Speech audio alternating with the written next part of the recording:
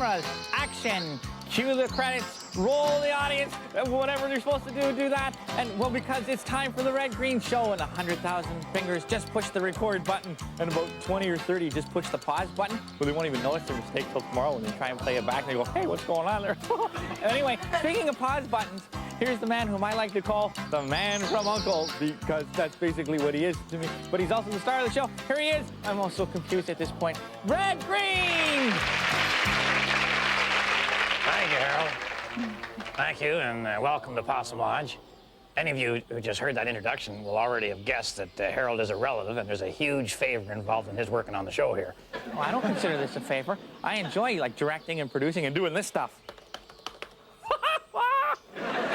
Don't worry, as soon as his salary adds up to what I owe his father, he's out of here. Been kind of an interesting week up at the lodge this week. Something strange going on with Helmut, our maintenance man. Now, usually Helmut spends his days kind of tinkering around making adjustments to the water pump to the point where it doesn't work at all. But this week he hasn't been doing any maintenance, so actually everything's working pretty good up at the lodge. It kind of proves that saying that we always use on Helmut, which is, if it ain't broke too bad, don't total it. You know, Uncle Red, I think Helmut's an L-O-V-E. I know the signs, and not just with his mother, which, you know, is good. We don't actually talk much about love up here at the lodge. Sex, yes. Love, no.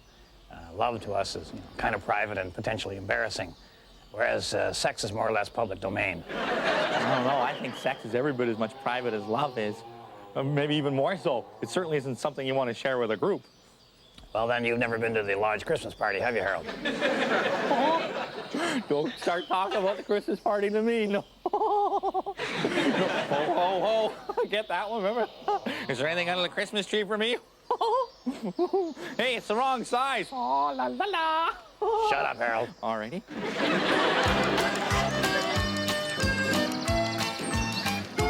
I'll take 5.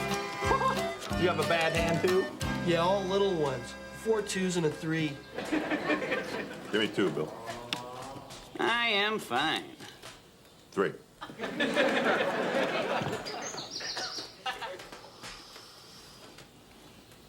There, what do you think? I think Bill should make a decision.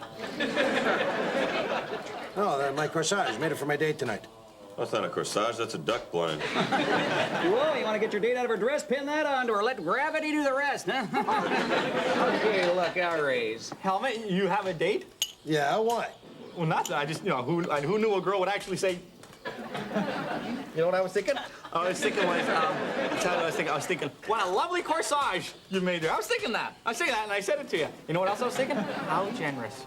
All right, I'll raise. So, who's the lucky woman? Let me guess. Lady wrestler? Rita Frummer. Rita Frummer, the pie lady? Yeah. Oh, man, she's hot. She's about a 9. 9? Yeah, it's German for no.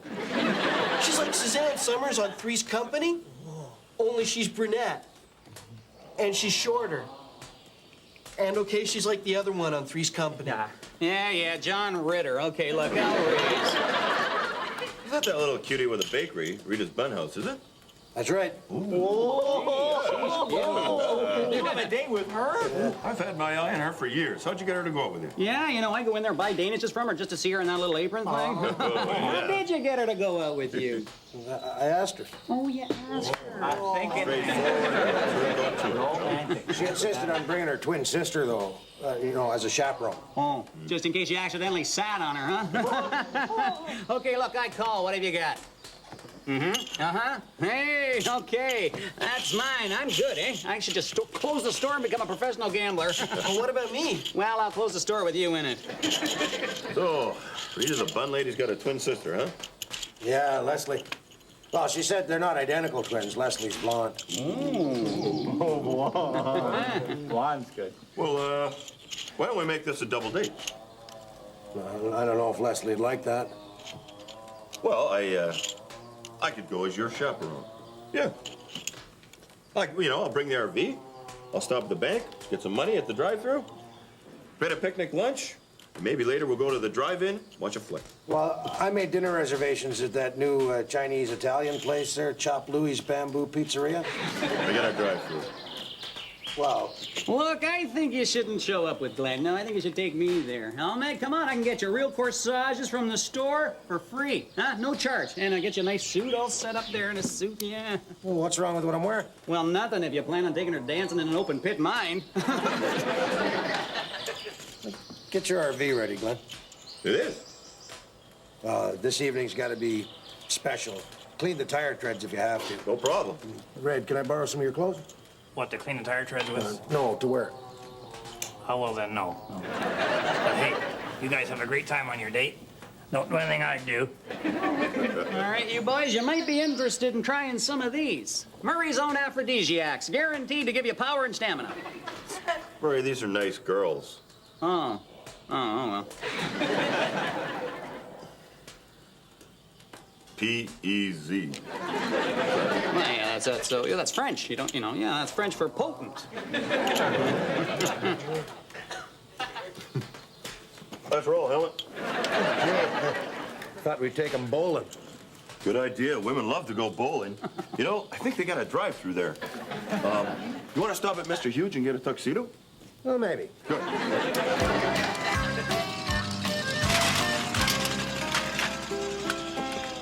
The rope that hangs from the old oak tree was once the noose for Arlo McGee. He hanged for 3 days, quite a long duration. The wind swung him around like a bird feeding station. And this is one of the songs they sung for a man who wasn't well groomed or well behaved, but certainly well hung.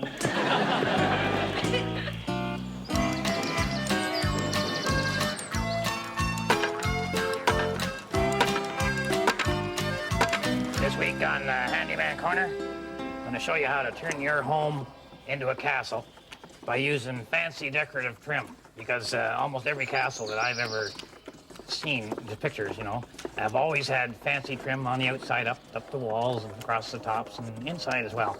And 90% of that fancy trim is made with plaster, and that's something that peasants like you and me can do. What I have here is a bag of plaster of Paris, but the instructions are in English too, you know.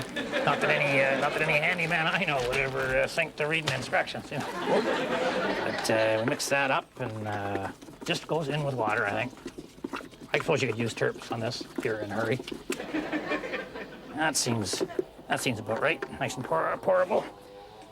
Okay, now we're going to need something to use as a mold. What I want to make here is some sort of a round decorative, maybe a flower design or something like that, to go on either side of the fireplace. I think it'll look real sharp.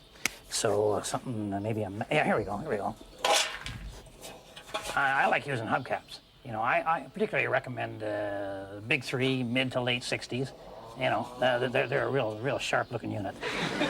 Just put that down there and we just put our plaster right in there.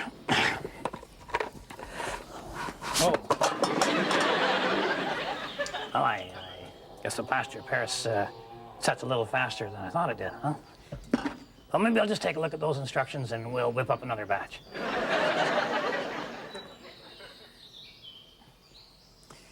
Okay, well, according to the box, once you mix it up like this, it sets in about 10 minutes. So I better get right on that. So I'll just put this right into my hubcap. Okay. Boy, maybe I made a little too much here. I wish I had all 4 hubcaps, and I would have if the guy had parked longer. Oh, wait, here we go. I don't have much time here. I can sort all that stuff out later. What do I got left? About 8 minutes, 8.5 minutes, something like that. All right, what else? No, excuse me.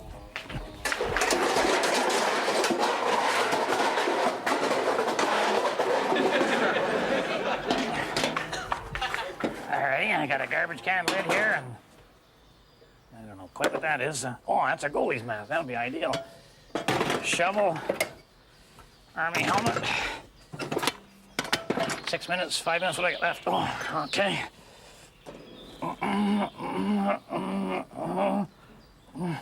Okay. Oh, 5 minutes left.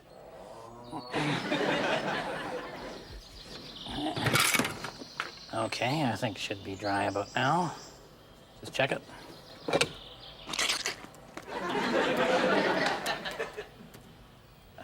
No, I guess I could use a few more minutes.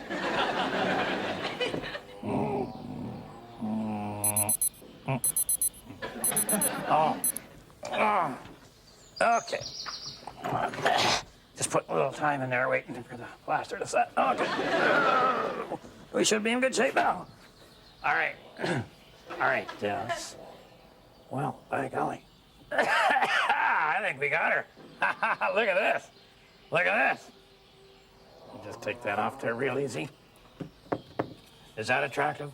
What does that say to you? Does that say money? Does that say rolling in money to you? Put that up on. You know what that looks like? It's one of those classic drama things they have. They have tragedy, you know, and they got, don't tragedy this way, and the comedy. And then you could put this one, which would be shut out. Or could make a dandy clock. Put the hands right on the nose. And we got her. Oh my God. Oh. Take a look at that. Be still my heart. Isn't that a beauty? Now that could also be a clock. I would put that clock, I'd put that clock anywhere. I put that right on the front of my car. That is a beautiful, beautiful thing. And, well, here's another thing. We're in the kind of a clock motif here. How about this? That's a sundial. Huh? Oh, and the only other thing is, these here are more of a, I guess they're more of a fun, more of a training. Not really something big enough to make a clock out of. A watch. You can make a watch out of these. Maybe you might make watches for all your friends. Yeah? So this is obviously the perfect kind of hobby for anybody who cares what time it is. Remember, the next time, the women don't find you handsome. They should at least find you handy. Boy, oh boy, oh boy. I hate this crap.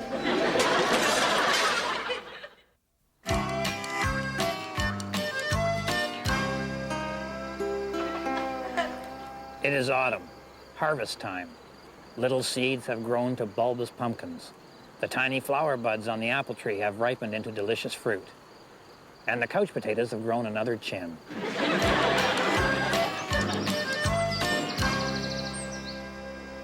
Well, by golly, this double date is turning into a real big deal. Glenn asked me to go down to Murray's store and get him a corsage or chocolates, both of which he'll probably eat on the way there. And then he and Helmut went off to make themselves look presentable. They went down to Glenn's Marina because he's got the power tools there that they're going to need. And now the whole south end of the lake is covered with aftershave. Buster said he heard some chainsaws going, so I figured they're probably shaving their entire bodies to make themselves look thinner. You know, I think it's excellent that they're taking pride in their appearance, because after all, clothes make the man. Well, then say hello, Mr. Doofus. I dress like this so the show has a look. Well, it's not working, Harold. Nobody's looking. Should I go change? I'll change if it helps the show. You know. Well, yeah, if we could do the show while you were changing, that would help, yeah. You're kidding. You're kidding. Go on, go on. Because actually, people think I'm quite a fashion plate. Well, I think you're quite a roasting pan. You got me. You get it again. That's a good one. Roasted, that's fun. You're a nutball. Shut up, Harold. Oh, got me again. You're good.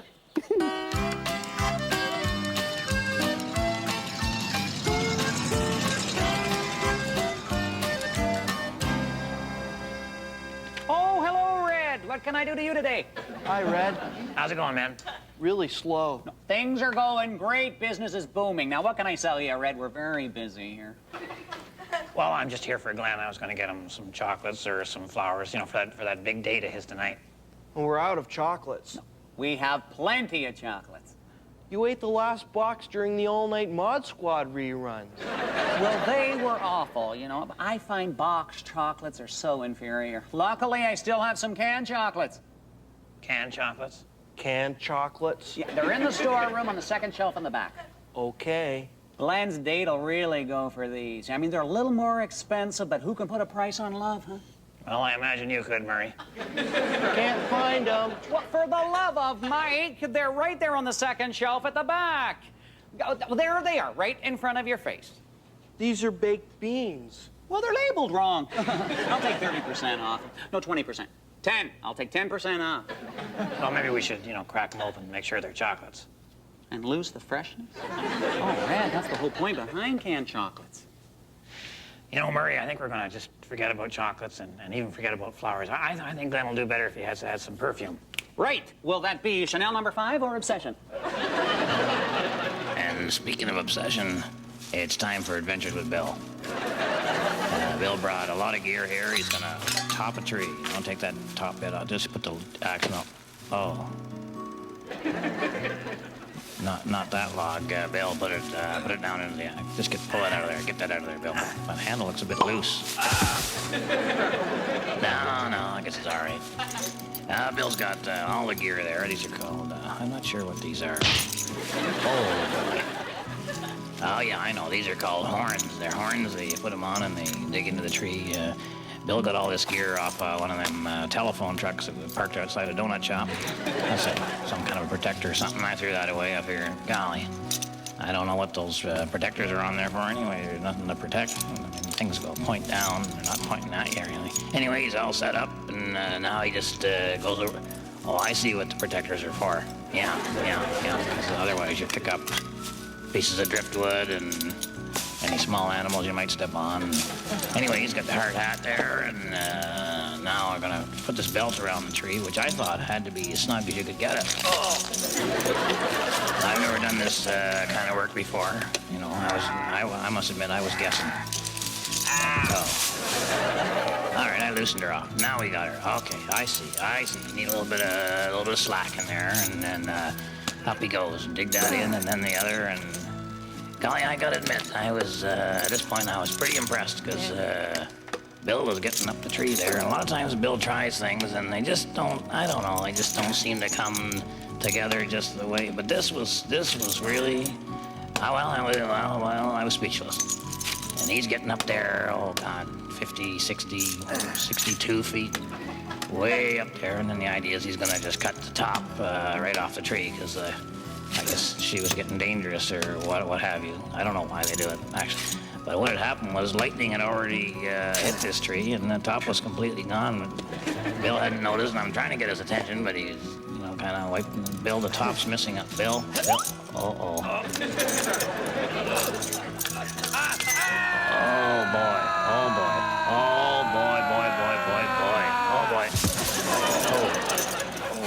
Lightning struck twice, same place. But he's okay. And he's inviting me to share his joy.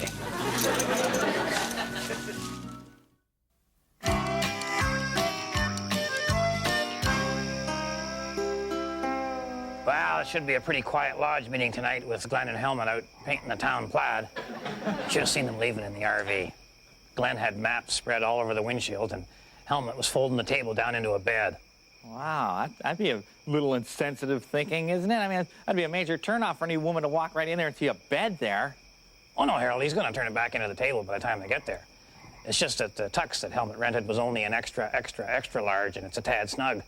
So he can't get the pants on unless he's lying down. I was wondering why Helmut had no trousers on when I saw him. I thought to myself, well, he's confident, isn't he? No, it's just the pants, and they're so darn tight on him, Harold, that he's afraid that if he creases them, it'll create a weak spot, and then the pants will rupture, and his whole body will explode outwards. So once he's got them on, Glenn's going to open the sunroof so that Helmut can stand up for the trip. Oh, there's the cry of the wild possum, Uncle Red. Time for the lodge meeting. Better get down there. Yeah, okay, this probably won't take too long. The only business I know of is Murray's going to try and sell us something, so we're just going to let him talk for a minute, then we say no, and then that's the end of it. So I'll be right back.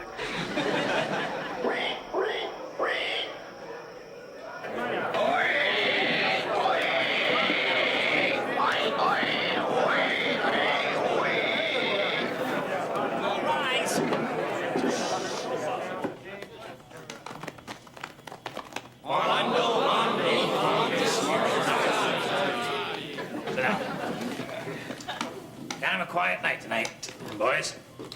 Okay, the floor recognizes Murray Woolworth.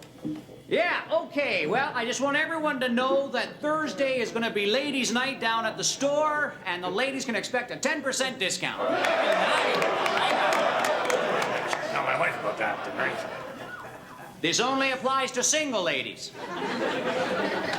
Good for me. Well, if that's all the business tonight, then I'm gonna call on, oh, wait a minute, what's this?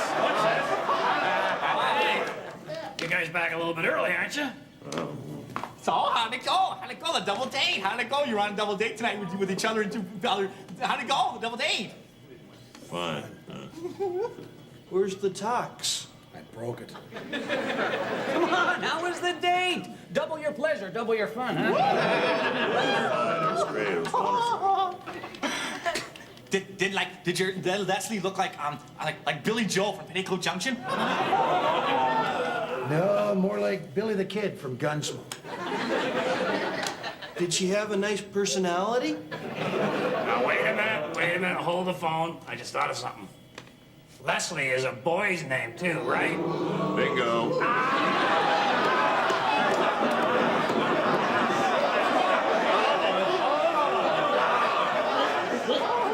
Yeah, I just assumed that they were identical twins, and they're not. I'll tell you, Leslie was just as disappointed, though, because he thought that Glenn was a girl. Really? Yeah, you know, like Glenn Close. Well, he was in for a real letdown, wasn't he? No, Leslie actually thought Glenn was a good-looking girl. Man, I thought I was desperate. He didn't believe you were a guy? No, I shouldn't have shaved my whole body. Yeah, he asked for proof. So Glenn whipped out his, what'd you whip out? My driver's license. And then Leslie said that a driver's license could be faked. So then he grabbed the... Well, forget the details. Suffice to say, is I punched the guy's lights out, and we can't go back to that restaurant again. That's it. End of story. Well, Glenn, maybe, you know, you and Leslie can still be friends, though. No, that never works out, Red. All right, well, if that's it for lodge business, I'm gonna call on Bill here to supply the evening's entertainment. This is a great one. Yeah, I love this trick. I haven't seen it. Okay. Nothing up his sleeve. There you go. Well, there's a dream date they'll remember for a while. Or at least until they work up the courage to go on another one. It's amazing to me with so many eligible bachelors up here why they have so much trouble meeting women. I think it's because the women have gotten smarter. It's too bad. Anyway, my wife is watching. I'll be coming straight home after the meeting, and I'll be bringing a box of chocolates, minus the chocolates, because I know you're on a diet. And I should be, especially now. So, until next time, on behalf of myself and Harold and the whole gang up here at Possum Lodge, keep your stick on the ice.